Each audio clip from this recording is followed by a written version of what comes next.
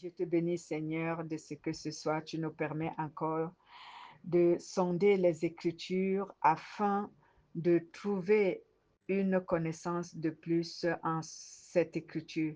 Merci de nous bénir, de nous donner, Seigneur, plus d'intelligence que nous avons pour comprendre ta parole. À toi la gloire et l'honneur au nom de Jésus-Christ de Nazareth.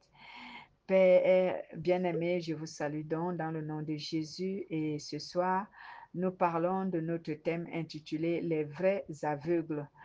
Toujours est-il que ce thème nous vient du livre de Jean chapitre 9 à partir du verset 35 jusqu'au verset 41.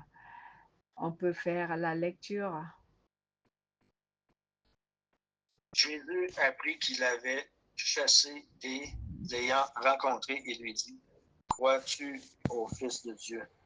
Il répondit, et qui est-il, Seigneur, afin que je croie en lui? Tu l'as vu, lui dit Jésus, et celui qui te parle, c'est lui. Et il dit, je crois, Seigneur. Et il se protesta, prosterna Oui, c'est devant lui. prosterna, oui. Allez-y. Ouais, prosterna devant lui. Puis Jésus dit, je suis venu dans ce monde pour un jugement, pour que ceux qui ne voient point voient et que ceux qui voient deviennent aveugles. Quelques Parisiens qui étaient avec lui, ayant entendu ces paroles, lui dirent, nous aussi nous sommes aveugles. Jésus leur répondit, si vous étiez aveugles, vous n'auriez pas de péché. Mais maintenant, vous dites, nous voyons, c'est pour cela que votre péché subsiste. Amen. Amen. Jésus leur répondit, si vous étiez aveugle, vous ne seriez pas des pécheurs. Mais, en fait, vous dites, nous voyons clair. C'est pourquoi vous restez des pécheurs. Ah ouais, Jésus, il était vraiment formidable. Parce que quand il parlait, il fallait vraiment avoir l'Esprit Saint pour qu'il te fasse comprendre ce que Jésus dit. Donc ici, Jésus nous parle des vrais aveugles. Et le vrai aveugle ici, selon la parole de Dieu, ce n'est pas cette personne-là qui a perdu l'usage de ses yeux. Non, ce n'est pas de cette personne-là que la parole nous parle.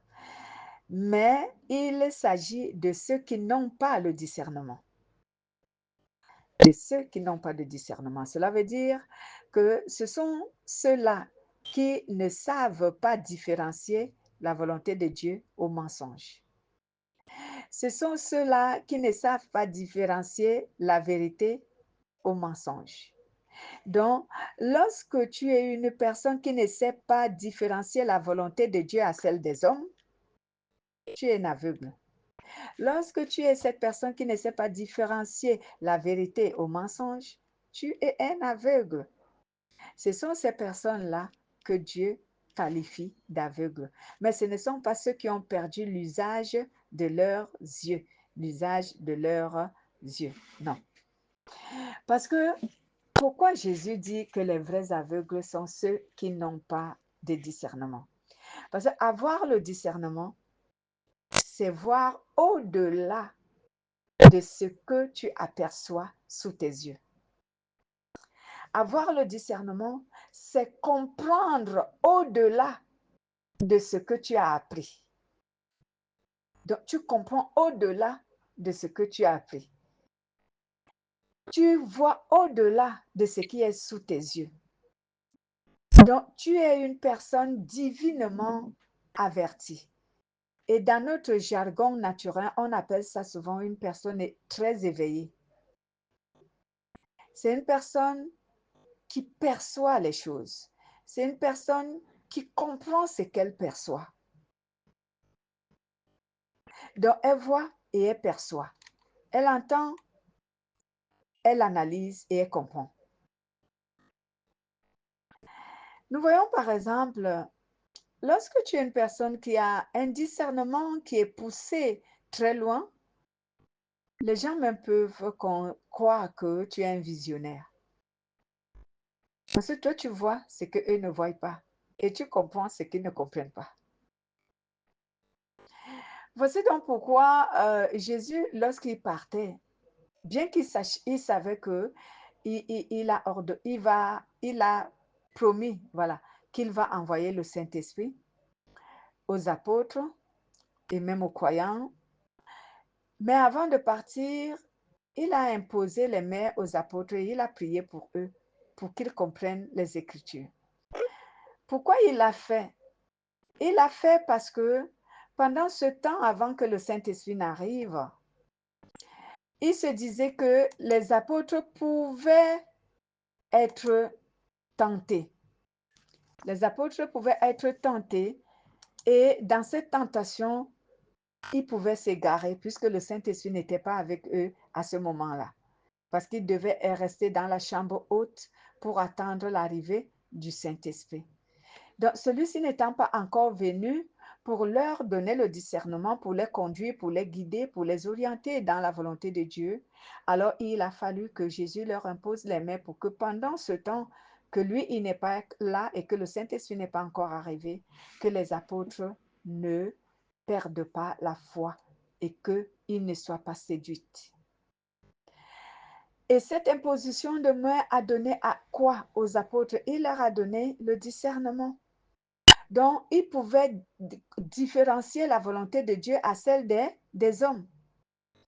Ils pouvaient différencier et reconnaître la volonté au milieu du mensonge.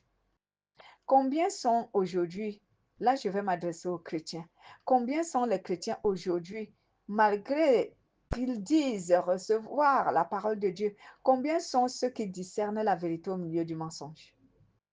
Très peu de chrétiens. Les chrétiens sont comme ils étaient avant de devenir des chrétiens. Donc, je veux ici par là dire qu'ils sont encore des païens. Ils acceptent facilement le mensonge qu'ils acceptent la vérité. Allez voir aujourd'hui comment les gens sont capables de croire à ce que les réseaux sociaux leur disent au lieu de croire à ce que Dieu dit. Il y a ceux qui ont placé leur foi aujourd'hui sur la technologie au lieu de placer leur foi en Jésus. Donc, les outils prennent déjà la place de Dieu. La technologie prend la place de Dieu. Les réseaux sociaux prennent déjà la place de Dieu dans la vie de certains chrétiens, de ceux qui se disent chrétiens. D'où pour avoir une quelconque information, la personne préfère aller faire des recherches dans un outil, sur les réseaux sociaux, sur dans la technologie, au lieu de poser les questions à Dieu par la prière. Pourquoi? Parce que ces chrétiens, ils ne sont pas connectés à Dieu. Donc, même si Dieu leur parlait, ils ne peuvent pas discerner parce qu'ils sont aveugles. Un chrétien qui ne comprend pas quand Dieu lui parle, il est aveugle. Il est aveugle. Parce que quand on voit, selon la parole de Dieu, on comprend quand Dieu parle. Et on discerne la voix de Dieu au milieu de plusieurs voix. On discerne la voix de Dieu. Parce qu'on a cet esprit de discernement qui est en nous, l'Esprit Saint. Et il nous fait connaître ça. Et cette voix est la voix de Dieu. Cette parole est la parole de Dieu. Ce message est le message de Dieu. Et l'autre, ce n'est que la volonté humaine. Combien sont des chrétiens aujourd'hui qui discernent? Ils disent oui, oui, oui, oui à tout. Et c'est le mensonge que les hommes embrassent beaucoup plus sur la terre que la vérité. Ils croient beaucoup plus au mensonge qu'ils croient à la vérité. Dites-moi, en ce qui concerne les relations humaines, en ce qui concerne la relation humaine, comment tu peux aller demander conseil à un réseau social? Comment tu peux aller demander les conseils à un réseau social? Il va te donner quel conseil en ce qui concerne la relation humaine? tu ne vas rien recevoir qui soit vraiment valable ou qui puisse t'aider à résoudre ce problème conformément à la volonté de Dieu. Quand je parle de la conformité, je dois donner l'appui sur laquelle. Donc, conformément à la volonté de Dieu. Si tu es un chrétien, tu veux un conseil par rapport à une relation humaine, tu vas aller demander conseil à un réseau social pour avoir une idée qui peut te conseiller. Nous voyons aujourd'hui beaucoup de personnes, quand ils ont des problèmes, ils appellent les gens qu'on appelle les influenceurs. Ils les écrivent, ils les parlent pour leur dire j'ai tel problème. Mais moi, je me demande, ces gens-là se confient à eux, qu'elles ont quelle intelligence plus que eux, ils en ont pour leur donner des conseils. C'est pour cela que ces gens s'enrichissent sur notre dos. Tu vas appeler un influenceur pour lui dire j'ai eu tel problème, tel problème, tel problème, donnez-moi des conseils. Au lieu de te confier à Dieu. Et les chrétiens le font. Et ils ignorent que c'est de l'idolâtrie. C'est de l'idolâtrie. C'est comme si tu allais auprès d'un autre Dieu pour trouver la solution à ton problème. Ce n'est pas différent de quelqu'un qui est allé consulter un charlatan ou un voyant ou un féticheur. Tu n'es pas différent.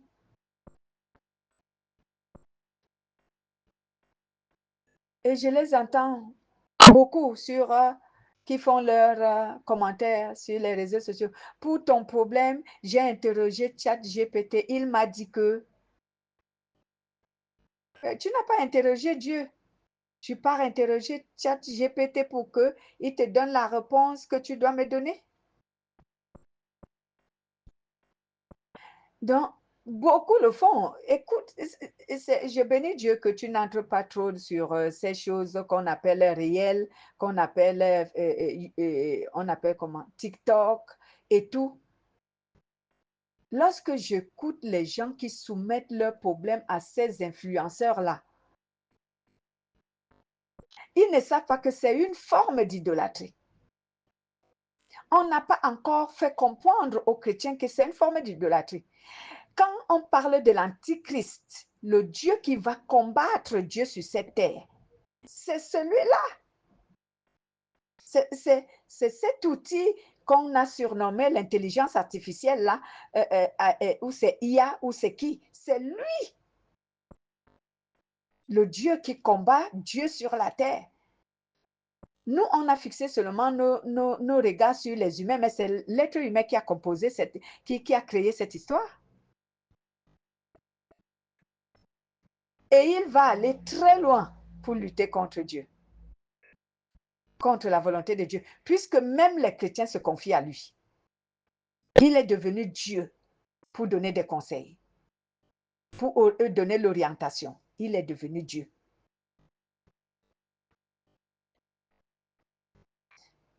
Et frère, quand les gens vont entendre ce que je prêche, beaucoup vont peut-être m'incriminer. Parce qu'ils vont dire, qu'est-ce que raconte cette femme?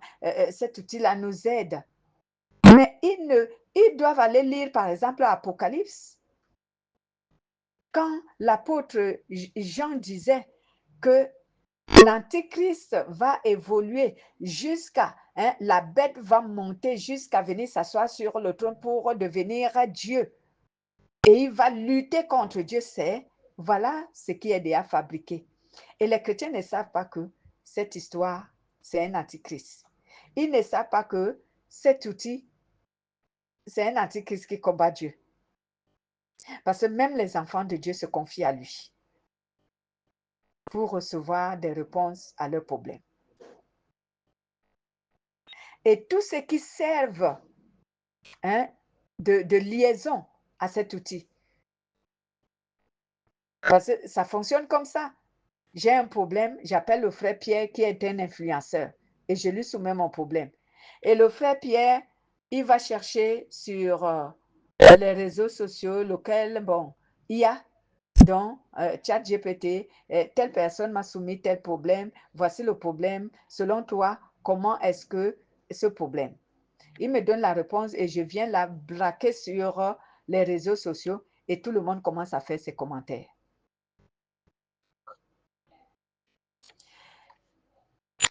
Quels sont les chrétiens qui interrogent Dieu aujourd'hui lorsqu'ils ont des problèmes? C'est pour ça que beaucoup de chrétiens ne prient plus. Ils ne prient pas, ils ne lisent pas la parole de Dieu parce que les influenceurs leur donnent les réponses. Et beaucoup de tous ces faux prédicateurs sont entrés là-dedans. Et c'est là-bas maintenant que certains disent, oh ben je vais aller suivre les enseignements, la parole de Dieu sur les réseaux sociaux. Je ne refuse pas que cet outil est important parce qu'il nous aide à publier les enseignements qui aident les gens, certains. Mais combien sont fausses, combien sont vraies? Si tu te mets à regarder aujourd'hui, combien de vues? Ceux qui disent la vérité ont moins de vues. Ceux qui disent le mensonge, c'est eux qui ont plein de vues. Parce qu'ils disent tout ce qui plaît aux gens, tout ce que les gens veulent entendre. Tu vas trouver quelqu'un qui dit la vérité. Il a fait une publication depuis une semaine. Il a peut-être 10 lives. Je parle même de lives, vues. Il a 10 vues. Donc 10 personnes seulement ont déjà vu. Une semaine. Hein? D'autres 50, d'autres 100. Si tu as même beaucoup eu, si tu dis la vérité. Mais va voir tout ce qui raconte des mensonges, des flatteries, tout ce qui est à dire. Tu vas trouver qu'ils ont des millions de vues et tout le reste. Donc, le véritable aveugle, c'est celui-là qui ne discerne pas la vérité. Il ne sait pas différencier la vérité au mensonge. Il ne sait pas différencier la volonté de Dieu à celle des humains. Il ne sait pas différencier la voix de Dieu à celle des hommes, à celle des esprits et du mal. Il ne sait pas. Il ne sait pas. Il ne reconnaît pas que cette parole, elle est de Dieu. L'autre, elle est des hommes. Non. Il ne reconnaît pas que cette parole, elle est la vérité. L'autre est un mensonge, c'est une flatterie, c'est un fable. Il ne reconnaît rien. Il ne sait rien. Il applaudit, il acclame et tellement le mensonge est facile à demeurer, à entrer dans nos cœurs que la vérité. C'est pour cela que Jésus a dit ici, les vrais aveugles, ce sont ceux qui n'ont pas de discernement. Ils ne savent pas différencier la volonté de Dieu à celle des hommes. Ils ne savent pas différencier. Ils ne savent pas différencier la vérité au mensonge. Ils ne savent pas. Et ce sont les mensonges qui les reçoivent beaucoup plus. Lisons d'abord 2 Corinthiens chapitre 2 au verset 4 à 3. 2 Corinthiens. L'idolâtrie. Beaucoup de chrétiens seront disqualifiés. L'idolâtrie. Au lieu d'aller vers Dieu dans la prière pour parler à Dieu et attendre que c'est lui qui te répond, tu vas sur les réseaux sociaux, voir des influenceurs et les outils de la technologie pour soumettre ton problème. Ah, Seigneur, fais en pitié. 2:4. Oh ouais, 2 Corinthiens, le deuxième livre de Corinthiens, chapitre 4, versets 3 à 6. 2 Corinthiens 4, 3 à 6. Oui.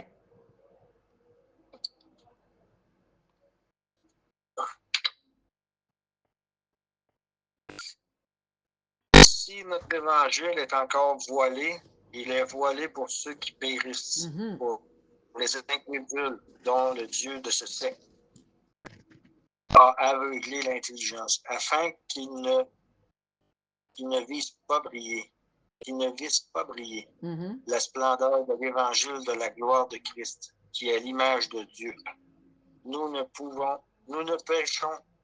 Nous ne prêchons pas nous-mêmes, c'est Jésus-Christ le Seigneur que nous prêchons et nous disons vos serviteurs à cause de Jésus. Car Dieu lui a dit, la lumière brillera du sein des ténèbres, a fait briller la lumière dans nos cœurs pour faire resplendir la connaissance de la gloire de Dieu sur la face de Christ. Amen. Amen. Ma version dit ceci. Pourtant, notre bonne nouvelle reste cachée pour certains, pour ceux qui perdent leur vie loin de Dieu et qui ne croient pas. Le Dieu mauvais de ce monde a rendu leur intelligence aveugle. Je reprends cette phrase. Le Dieu mauvais de ce monde a rendu leur intelligence aveugle.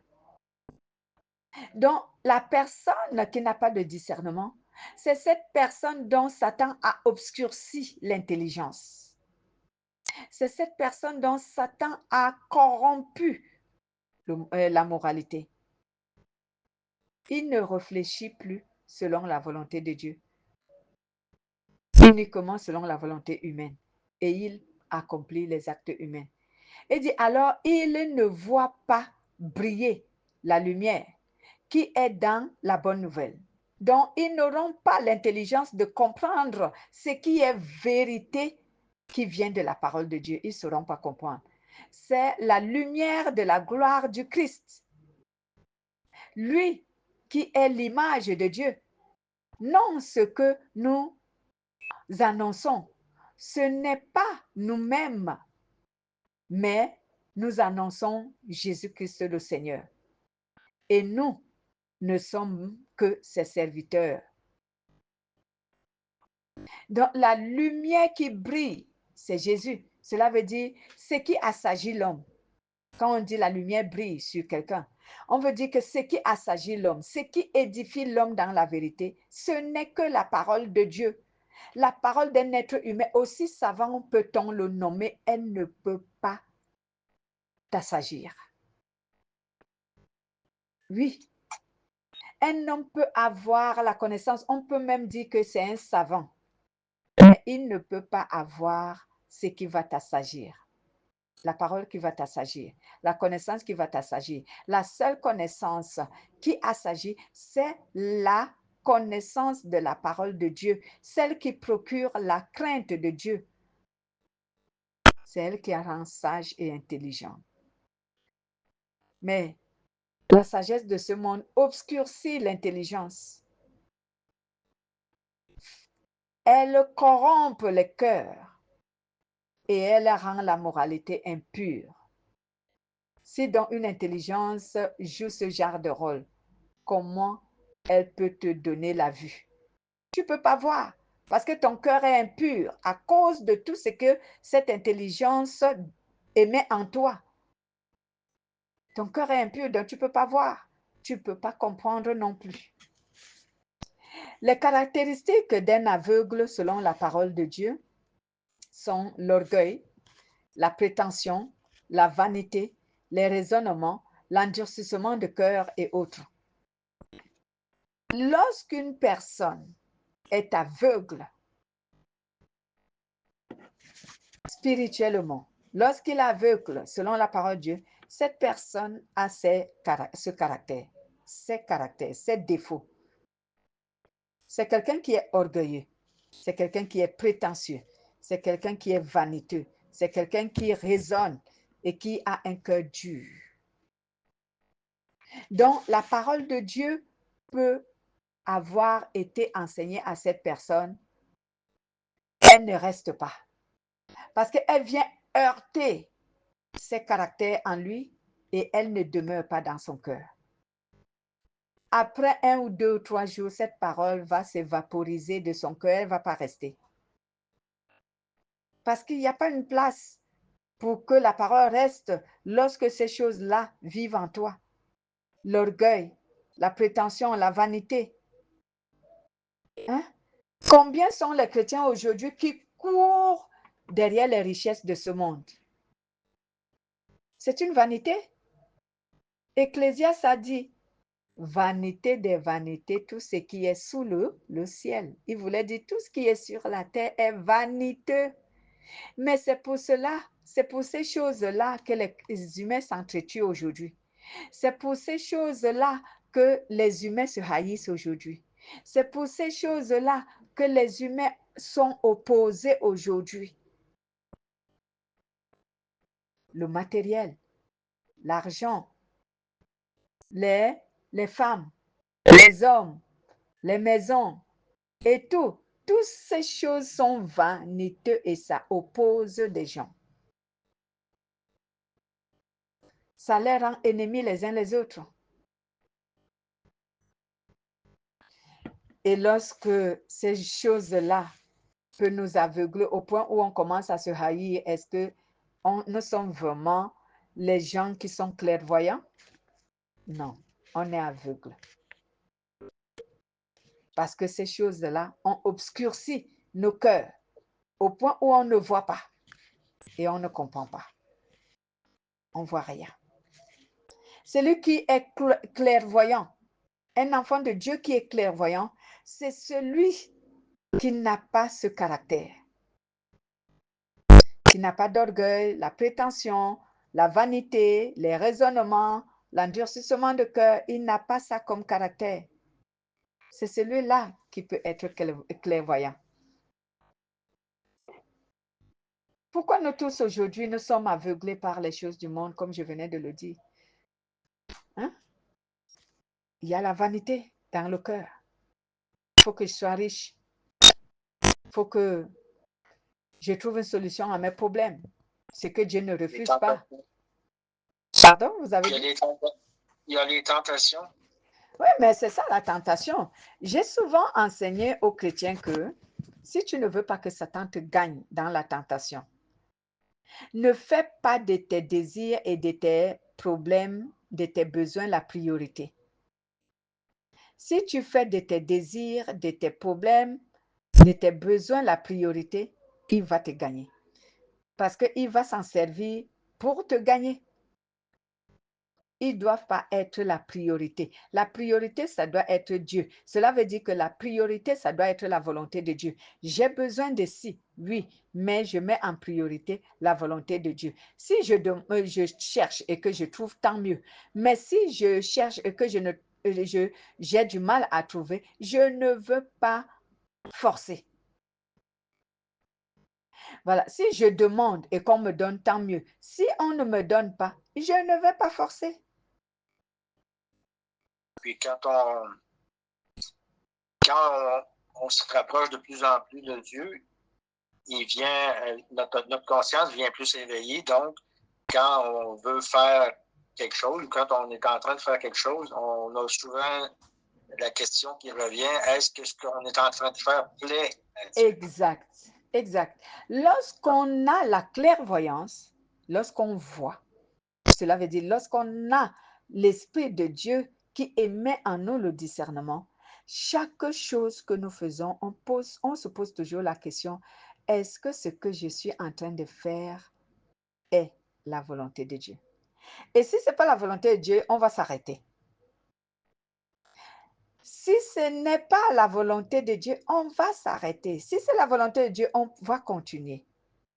C'est le caractère d'un chrétien clairvoyant, qui n'est pas aveugle, qui discerne, qui voit. Il va s'arrêter aussitôt. On ne dit pas que quand tu as le discernement, tu ne peux pas faire ce qui déplaît à Dieu. Tu peux le faire par erreur. Il y a pas, nous sommes des humains, on peut commettre des erreurs.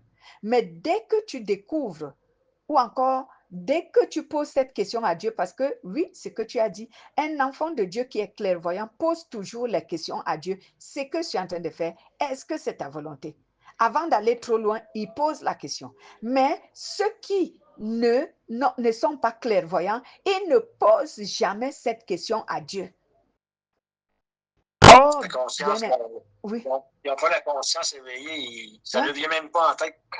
Ça ne les vient même pas en tête. Surtout au moment où ce qu'ils sont en train de faire les satisfait, tout va bien. Dieu, c'est Dieu qui fait. Et ils attribuent souvent ça à Dieu. Hein. C'est la volonté de Dieu parce que ce que je suis en train de faire, ça fonctionne, donc c'est la volonté de Dieu. Ils se posent pas, ils n'ont jamais posé la question à Dieu. Est-ce que Seigneur, ce que je suis en train de faire est de ta volonté? Non. Si Satan laisse séduire même encore que ça marche, alors là, pour eux, c'est la volonté de Dieu. Ils foncent là-dedans, la tête baissée. Lorsqu'ils se heurtent maintenant contre les difficultés, c'est là où ils se disent, oh ben Seigneur, j'ai des difficultés, qu'est-ce qui se passe? C'est comme ça que nous sommes. Quand ça dérange, c'est peut-être l'Esprit Saint qui dit, regarde comme il faut ce que tu es en train de faire. Là. Ouais. Mais quand tu es un aveugle, hein, il est vrai autant pour moi que Dieu nous parle par amour, même quand tu es aveugle. Dieu vient te parler. Mais comme quand tu es aveugle, tu ne vas même pas comprendre. Ta conscience est obscurcie. Ton intelligence obscurcie. Comment tu vas comprendre Dieu te parler? Non. À ce moment-là, pour que tu comprennes ou encore pour que tu réalises que Dieu m'a parlé, peut-être il faut qu'il fasse quelque chose qui produit un malheur dans ta vie pour que tu t'en rendes compte. Mais s'il ne fait pas quelque chose qui produit un malheur, tu ne t'en rendras jamais compte. Et quelquefois, ceux qui vont même très loin, même quand Dieu fait quelque chose, il laisse quelque chose arriver qui est un malheur, même jusque-là, ils ne comprennent pas qu'il faut que je m'arrête, que j'interroge un peu Dieu, que ce que je suis en train de faire là, est-ce que c'est lui qui a stoppé ça pour me attirer mon attention? Non. Comme Satan aussi est notre bouc notre bête noire, alors on dit Satan a fait. Il a fait. C'est lui qui ne veut pas. Il a fait, il a fait. Oh Seigneur, aie pitié de nous. On est vraiment aveugle. Il a fait, il a fait. Et voilà comment on se retrouve dans des situations quelquefois désastreuses. Donc voici donc les caractéristiques de celui qui est aveugle. Lorsque tu as ce caractère, lorsque tu es orgueilleux, tu es prétentieux, tu es vaniteux, tu as les raisonnements, tu as un cœur endurci, alors là, toi, tu seras aveugle. Les gens qui ont ce caractère sont aveugles parce qu'ils sont incapables de comprendre Dieu. Ils sont incapables de comprendre Dieu. Ils sont incapables de discerner la vérité. Ils sont incapables même de voir la vérité, même lorsqu'elle est face à leurs yeux, ils ne veulent pas la voir. Pourquoi? Parce que la vérité qu'ils voient est contraire à ce qu'ils sollicitent. La vérité qu'ils voient est contraire à ce qu'ils veulent. Alors, ils ne veulent pas la voir. Ils ferment les yeux, ils ne veulent pas. Même quand Dieu fait même le maximum pour leur présenter la vérité, ils ne veulent pas la voir. Ils foncent tête baissée jusqu'à ce qu'il y ait des dégâts avant de se réveiller.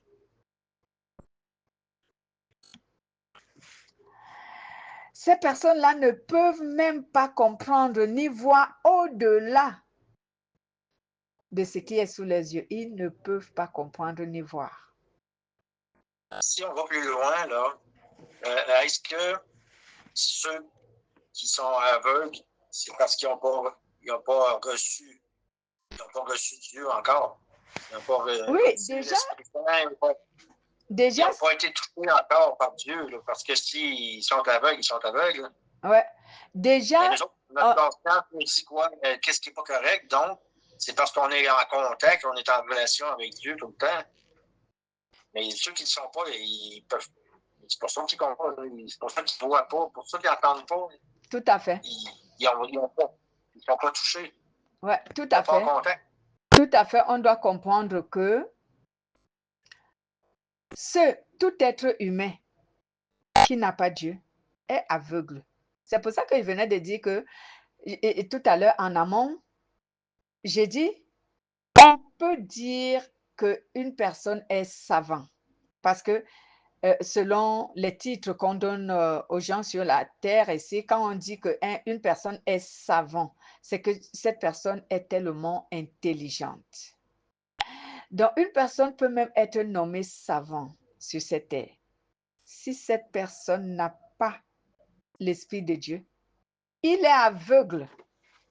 Parce que lui aussi, il ne voit que ce qui lui est présenté. Et il ne comprend que ce qu'il a appris. Et quelquefois, même certaines choses qu'il a appris sont voilées parce qu'il ne comprend pas la profondeur.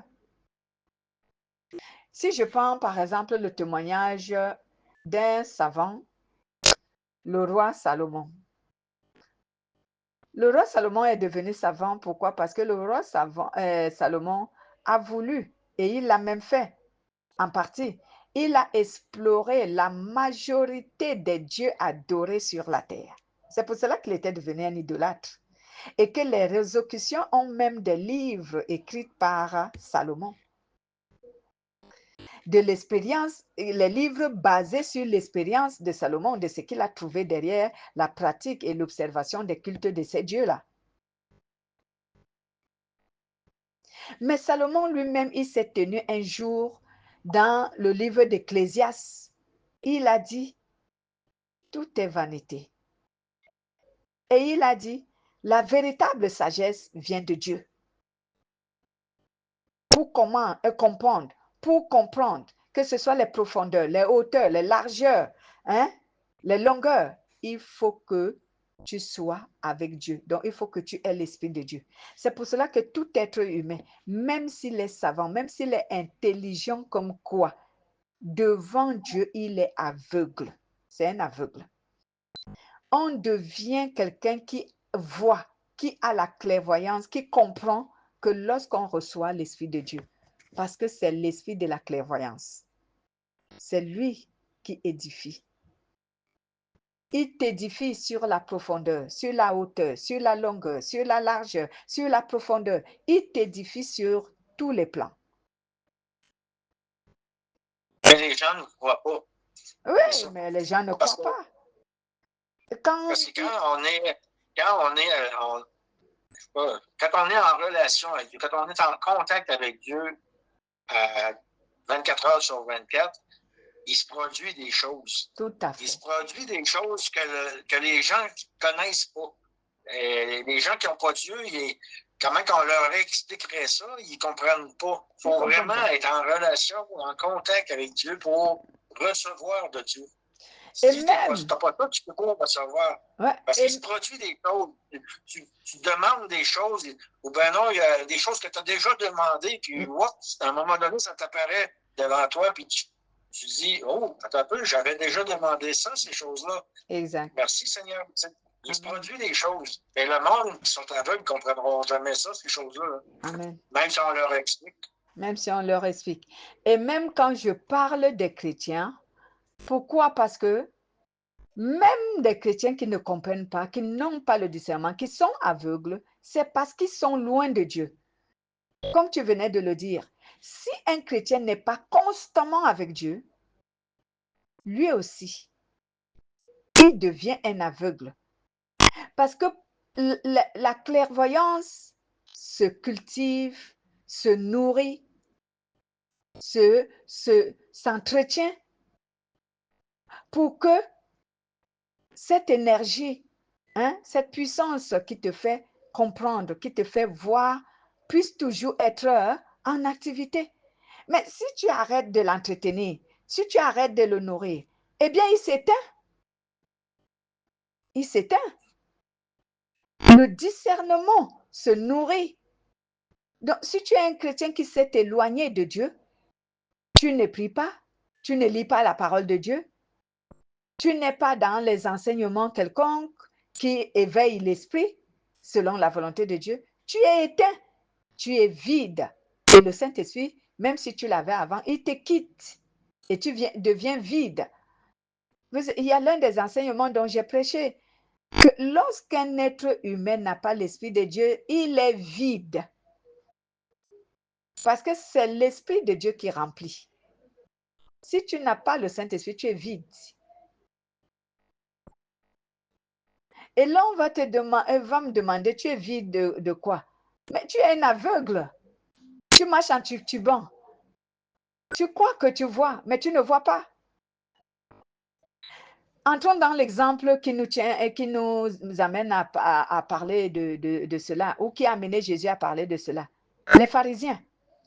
Les pharisiens, ce sont des gens qui pensaient qu'ils détenaient le monopole de la connaissance de la parole de Dieu ou de la volonté de Dieu. Donc, ils pensaient qu'ils avaient le discernement. Ils pensaient qu'eux, ils voyaient. Mais quand Jésus a commencé à prêcher l'évangile, ils étaient étourdis. Ils étaient perdus. Parce qu'ils ne comprenaient, ils étaient perdus, ils ne comprenaient pas cette parole. Et pourtant, ils croyaient être des connaisseurs. Et pourtant, ils croyaient avoir le discernement. Et pourtant, ils pensaient connaître la volonté de Dieu, discerner la volonté de Dieu à celle des humains. Mais quand Jésus a commencé par prêcher l'évangile, ils étaient perdus. C'est pour cela qu'ils ont traité Jésus d'un imposteur, parce qu'ils ne savaient pas que c'est Jésus qui détient la connaissance de la vérité. Ils étaient totalement, absolument perdus. Hein? Ils ont commencé à persécuter Dieu. Regardez l'exemple de l'apôtre Paul. L'apôtre Paul a persécuté les chrétiens croyant qu'il les défendait, croyant qu'il protégeait la loi de Dieu, croyant qu'il servait Dieu. Quand l'apôtre Paul persécutait les apôtres, lui, il pensait servir Dieu. Vous le savez? C'est vrai, l'apôtre Paul ne savait pas qu'il était en train de persécuter Dieu. Lui, il croyait qu'il servait Dieu. Parce que pour lui, les apôtres étaient des imposteurs. Donc, il fallait qu'ils arrêtent. Mais ils ne savaient pas que c'était le contraire. Ils ne savaient pas que c'était le contraire, que c'était les apôtres qui étaient les vrais serviteurs de Dieu et que lui, sa pauvre loi qu'il a appris ne servait à rien. Quand il a réalisé, mais il a beaucoup regretté le mal qu'il a fait aux apôtres. Et oui, et beaucoup de chrétiens aujourd'hui vont écouter leurs discussions. Ils sont là en train de s'insulter, ils sont là en train de lutter entre eux. Chez nous, c'est comme ça. La parole, c'est chez nous, c'est ci. La parole, chez vous, c'est ça. Non, vous n'êtes pas dans la vérité. Nous sommes dans la vérité. C'est nous ceci, c'est nous cela. Mais posez les actes qui attestent que vous êtes dans la vérité. On ne voit aucun acte. On entend seulement les gens qui parlent. Mais où sont les actes? Si tu es dans la vérité, les actes accompagnent la parole que tu as entendue. Ouais, si la vérité habite en toi, cela va avec des actes. Regarde tes actes. Tu as écouté la vérité, mais où sont les actes? Tu étais là juste comme un spectateur, tu n'as rien retenu. Hein? Tu écoutais la parole, elle sortait, elle allait à gauche. Tu ne la retenais pas. Tu es toujours vide. C'est ça. Ces gens ont persécuté Jésus par ignorance. C'est Jésus qui est la vérité, mais eux, ils pensaient détenir la vérité. Pourquoi? Parce qu'ils ne comprenaient pas la parole de Dieu. Et quand tu ne comprends pas, tu es un aveugle. C'est quand on est aveugle qu'on ne comprend pas. Celui qui voit comprend la vérité parce qu'il a le discernement. Donc, allez donc voir aujourd'hui. Qu'est-ce que les humains apprécient aujourd'hui? L'humanité est obscurcie. L'humanité est aveugle. Très peu de personnes sur cette terre voient. Très peu de personnes sur cette terre voient. Très peu ont le discernement. Lisons Pierre, 1 Pierre chapitre 2, versets 6 à 8. 1 Pierre chapitre 2.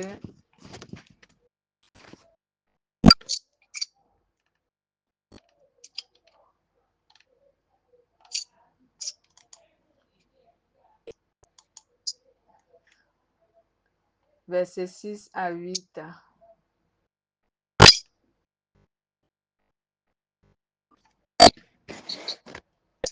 Car il est dit dans l'Écriture, voici, je mets en Sion une pierre angulaire, choisie, précieuse, et celui qui croit en elle ne sera point confus. L'horreur donc pour vous qui croyez, mais pour les incrédules, la pierre qu'ont rejeté ceux qui bâtissaient est devenue le principal de l'angle. Et une pierre d'achoppement et un rocher de scandale. Ils y heurtent pour n'avoir pas cru à la parole, et c'est à cela qu'ils sont destinés. Amen. Amen. Et c'est à cela qu'ils sont destinés. Donc aujourd'hui, ceux qui disent qu'ils voient, comme les pharisiens disaient qu'eux, ils voyaient. Et pourtant, ils étaient les aveugles. C'est pour cela que Jésus leur a dit que si vous étiez voyants, si vous étiez clairvoyants, vous ne seriez plus des pécheurs. Mais c'est parce que vous êtes aveugles que vous êtes encore des pécheurs. Parce que celui qui voit discerne déjà le péché. Et il se bat pour ne plus pratiquer ce péché. Alors, si tu pratiques encore un quelconque péché, et même si ce péché te domine, c'est que tu ne vois pas, tu es aveugle. Je dis bien, il y a une différence, je dis toujours qu'il y a une différence entre pratiquer le péché et succomber au péché. Quelqu'un qui succombe au péché, c'est quelqu'un qui ne reste pas à pratiquer un péché pendant longtemps. Cela veut dire il ne peut pas rester à pratiquer un péché un jour, 2 jours, 3 jours. Non. Il cherche à tout prix à sortir de ce péché parce qu'il sait que c'est dangereux de rester pratiquer le péché. Il le sait. Donc, il ne veut pas que ce péché demeure pendant longtemps. Si ça demeure 1 jour, 2 jours, 3 jours, lui-même, il est mal à l'aise. Il veut résoudre le problème immédiatement. Mais lorsque tu demeures longtemps dans le péché, 1 mois, 2 mois, 3 mois, 1 an, tu pratiques le même péché, tu ne veux pas le quitter. Comment tu vas me dire que tu es clairvoyant, tu vois? Tu ne vois rien. Tu es un aveugle. Parce que c'est un aveugle qui se nourrit du péché parce que pour lui, et quelquefois, il ne discerne même pas que ce qu'il fait est un péché. Il n'a aucun discernement, il ne sait pas. Quelquefois même, il pêche intentionnellement. Il sait que c'est un péché, mais il se dit, Dieu est miséricordieux, il va me pardonner. Ah bon? Si tu meurs dans ce péché, Dieu ne va pas te pardonner. Hein?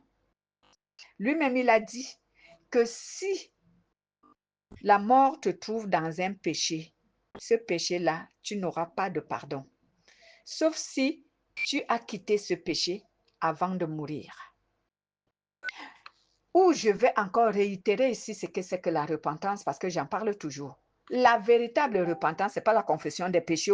Il faut que les gens le sachent. La repentance, c'est l'abandon du péché, abandonner. C'est ça la repentance, abandonner. Mais si tu joues au jeu d'un confesseur et d'un pratiquant du péché, tant pis pour toi. Quand tu diras à Jésus, mais ce péché, je l'ai confessé la dernière fois, il va te dire, mais tu n'as pas abandonné, hier encore tu l'as fait. Hypocrisie. C'est pas crédible. Eh oui, tu n'es pas crédible. Le même péché qu'on t'a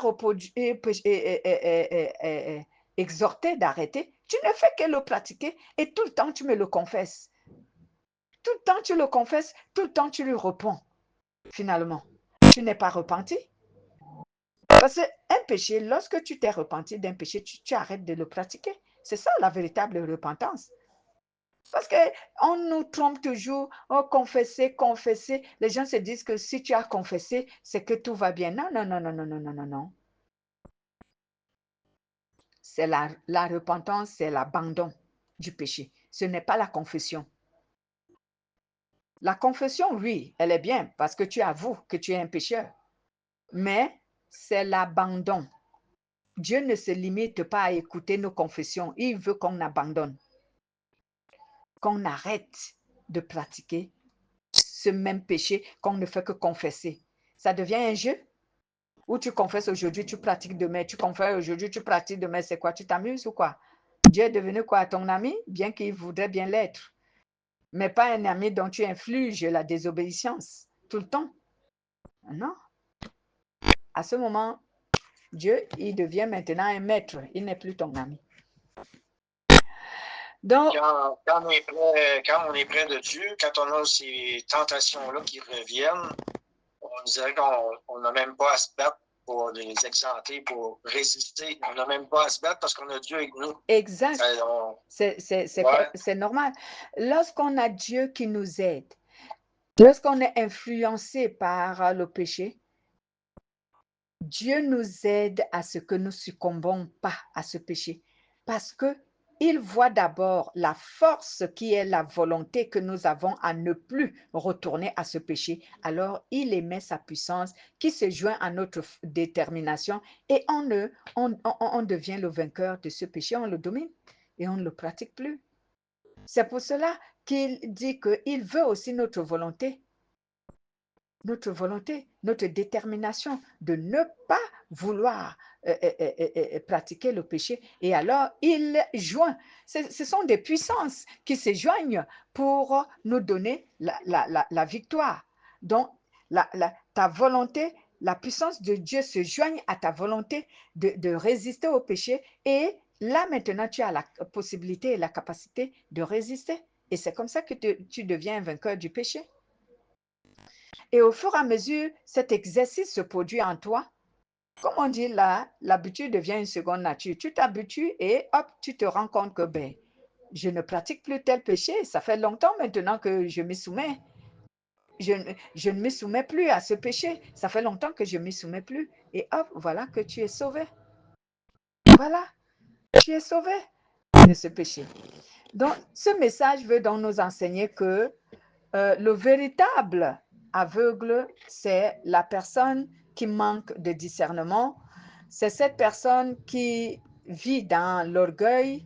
C'est cette personne dont la prétention et tous ses mauvais caractères ont pris le dessus. C'est cette personne qui n'a pas l'Esprit de Dieu pour l'aider à devenir un vainqueur du mal. Donc, si tu vis dans le péché, tu es un aveugle. Voilà. Comme on lit notre dernière référence, c'est ce qu'on appelle Romains, le livre de Romains, chapitre 12 au verset 3. Romains, chapitre 12, verset 3. Romains, chapitre 12, verset 3.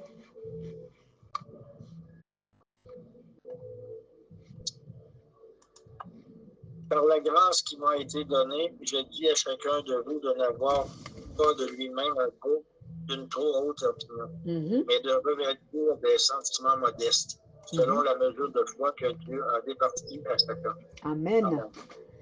Dieu m'a donné gratuitement ses bienfaits.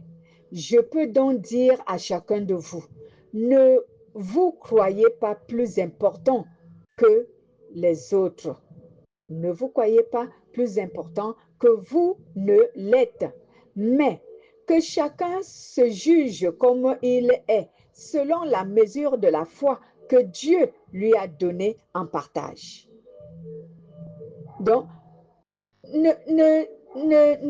c'est ça la prétention. Ne pense pas être meilleur que les autres, supérieur que les autres. Hein? Ne te dis pas être plus important que les autres. Reste humble.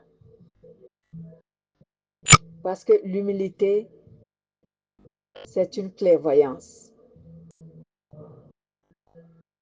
Voilà, c'était ça notre enseignement. Est-ce qu'il y aurait encore d'autres questions? C'est clair. Amen, amen, amen, amen. Que Jésus soit glorifié.